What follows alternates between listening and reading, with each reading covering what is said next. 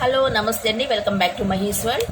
ఈరోజు మనం ఎంతో రుచికరంగా ఉండే గోరుచిక్కుడుకాయ కొబ్బరి కర్రీ ప్రిపేర్ చేసుకుందామండి. దీనికోసం నేను ఒక హాఫ్ కేజీ గోరుచిక్కులు తీసుకున్నాను. వీటిని ఇట్లా పీస్ లేకుండా ఒలిచి పెట్టుకోవాలండి. ఇవి లేతగా ఉన్నాయి తీసుకుంటే కర్రీ బాగా వస్తుంది. గోరుచిక్కుడుకాయలు మొత్తం ఒలిచేసానండి. ఇది మనం ఇప్పుడు కుక్కర్లో వేసుకుని బాయిల్ చేసుకోవాలి. గోరుచిక్కులతో పాటుగా ఒక 2 స్పూన్ల పచ్చిశనగపప్పు కూడా వేసి బాయిల్ చేయాలండి. అప్పుడు టేస్ట్గా ఉంటుంది.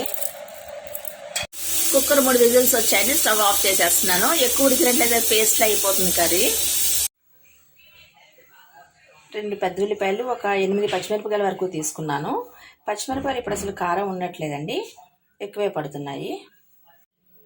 పాన్ పెట్టాను, ఆయిల్ హీట్ అవుతుంది. ఇప్పుడు ఇందులో 4 వెల్లుల్లి గబ్బాలు వేస్తున్నానండి తాలింపుకి.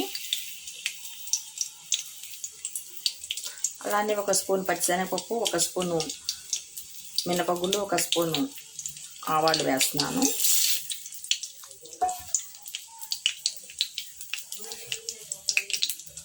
ఇవి బాగా ఫ్రై అవ్వాలి. తాలింపు ఫ్రై అయిందండి. ఇప్పుడు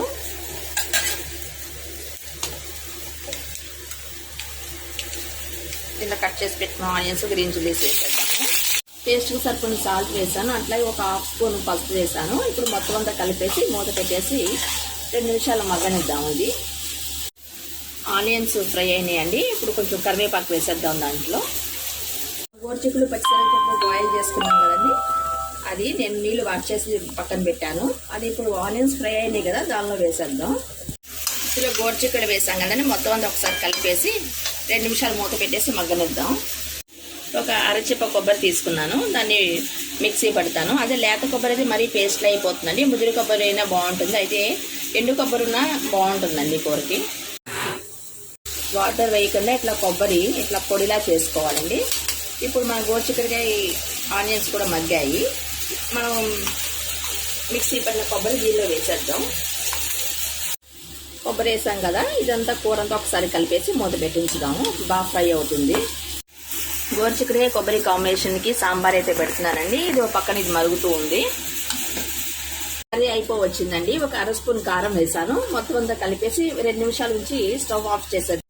ఎంతో రుచిగా ఉండే గోరుచిక్కుడుకాయ కొబ్బరి కర్రీ అయితే రెడీ అయిపోయిందండి. దాని కాంబినేషన్గా సాంబార్ చేశాను. గోరుచిక్కుడుకాయ కొబ్బరి పొడి కూర అండి. ఇది పప్పుచారు, సాంబారు, రసానికి కాంబినేషన్ బాగుంటుంది. మీకు నచ్చినట్లయితే లైక్ చేయండి, షేర్ చేయండి, సబ్స్క్రైబ్ చేసుకోండి. పక్కనే ఉన్న బెల్ ఐకాన్ ప్రెస్ చేయండి. Thank you for watching.